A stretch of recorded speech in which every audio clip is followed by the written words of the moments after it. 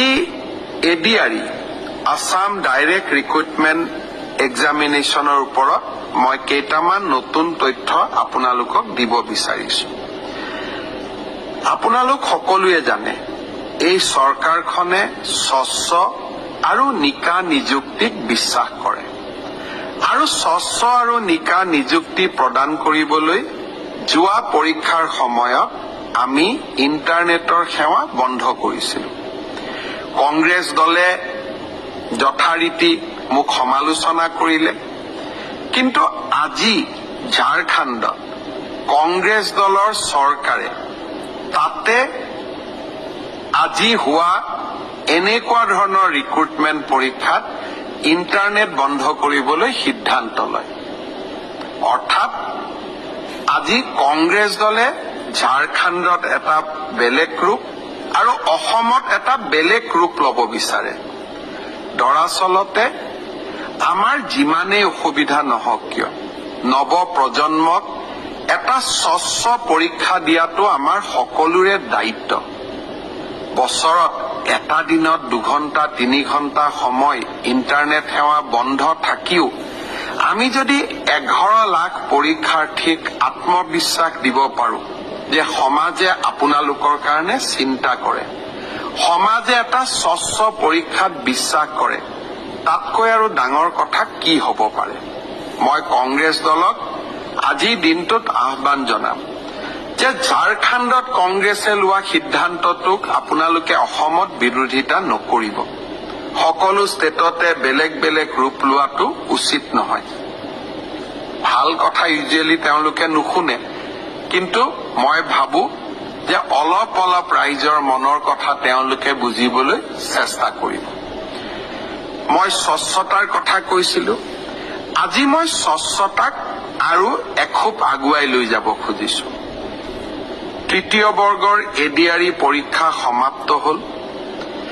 এতিয়া মই এটা নতুন কথা ক'ব খুজিছো। 27 তাৰিখে সেৱাক আপোনালোকে আবেদন কৰিব পাৰিব মাত্ৰ 50 টকা দি, যে আপোনালোকে যিখন OMR চিট লিখিছিলে সেই OMR চিটৰ এটা ফটোকপি আপোনালোকক লাগে বুলি। অৰ্থাৎ আপোনালোকে লিখি থৈ অহা OMR চিটখন 27 তাৰিখৰ পৰা সেৱাৰ কাৰ্যালয়ত আবেদন কৰি সেৱাই তাৰ ধুনীয়া বিজ্ঞাপন দিব কেনেকে আবেদন কৰিব লাগে। আপোনালোকে চেণ্টাৰত জমা দি থৈ অহা OMR চিটটো এইবাৰ আপোনালোকে 50 টকা জমা দি সেৱাৰ পৰা লৈ আহিব পাৰিব। ফটোকপিৰ খৰচ 50 টকা।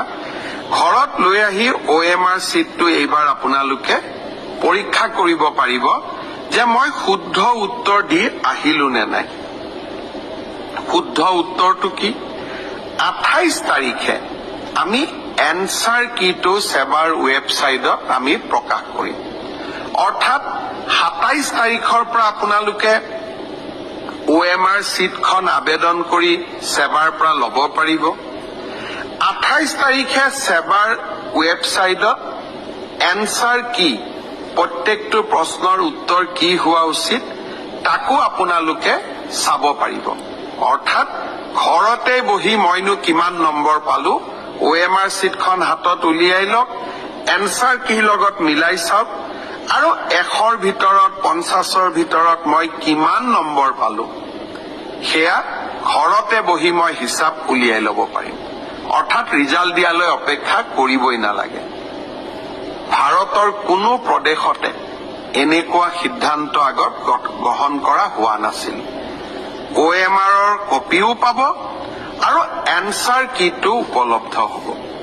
এতিয়া আৰু এটা আমি স্বচ্ছতাক আৰু এখোজ আগুৱাই লৈ যাব খুজিছো।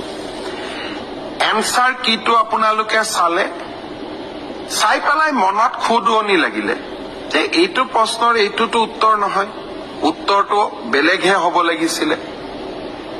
500 টকা দি আপোনালোকে সেৱাক জনাব পাৰিব যে আপোনালোকে প্ৰস্তুত কৰা উত্তৰটো ভুল হৈছে। উত্তৰটো আচলতে পঞ্চপাণ্ডৱৰ তৃতীয়জন সন্তান ভীম নহয় অৰ্জুন। সেবাই ভীম বুলি এনচাৰ কিট লিখিলে। আপোনালোকে শুদ্ধ কৰি দিলে সেবাক যে আপোনালোকৰ এনচাৰ কিটো ভুল। আচলতে পঞ্চপাণ্ডৱৰ তৃতীয়জন অৰ্জুন। অৰ্থাৎ আপোনালোকে সেবাক এটা ভুল শুধৰাই দিলে।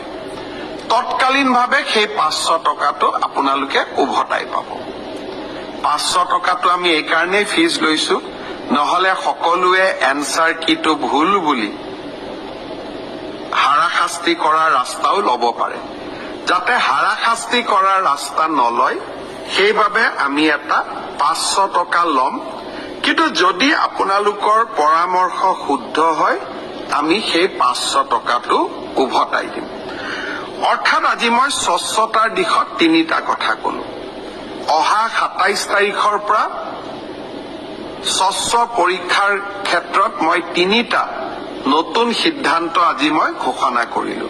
এটা হল যে আপোনালোকে OMR চিটটো, যিটো চিটত আপোনালোকে আনচাৰ কৰি আহিছে তাৰ ফটোকপিটো অহা 27 তাৰিখৰ পৰা আপোনালোকে সংগ্ৰহ কৰিব পাৰিব সেবাৰ কাৰ্যালয়ৰ পৰা। তাৰ প্ৰচিডিউৰটো বিজ্ঞাপনত আহিব। 50 টকা দি আবেদন কৰিব লাগিব। 50 টকাও ফটোষ্টেটৰ খৰচ। দ্বিতীয়তে 28 তাৰিখে আপোনালোকে এনচাৰ কিটো পাব, যাতে OMR আৰু এনচাৰ চিটটো মিলাব পাৰে। আৰু এনচাৰ কিটোত যদি আপোনালোকে কিবা ভুল দেখে সেইটো আপোনালোকে সেবাক জনাব পাৰিব 500 টকা দি। আৰু আপোনাৰ পৰামৰ্শ বা আপুনি যিটো ভুল বুলি কলে সি যদি বিশেষজ্ঞসকলে সঁচাই ভুল বুলি কয় আমি আপোনাক সেই 50 টকাটো উভতাই 500 টকাটো আমি উভতাই দিম।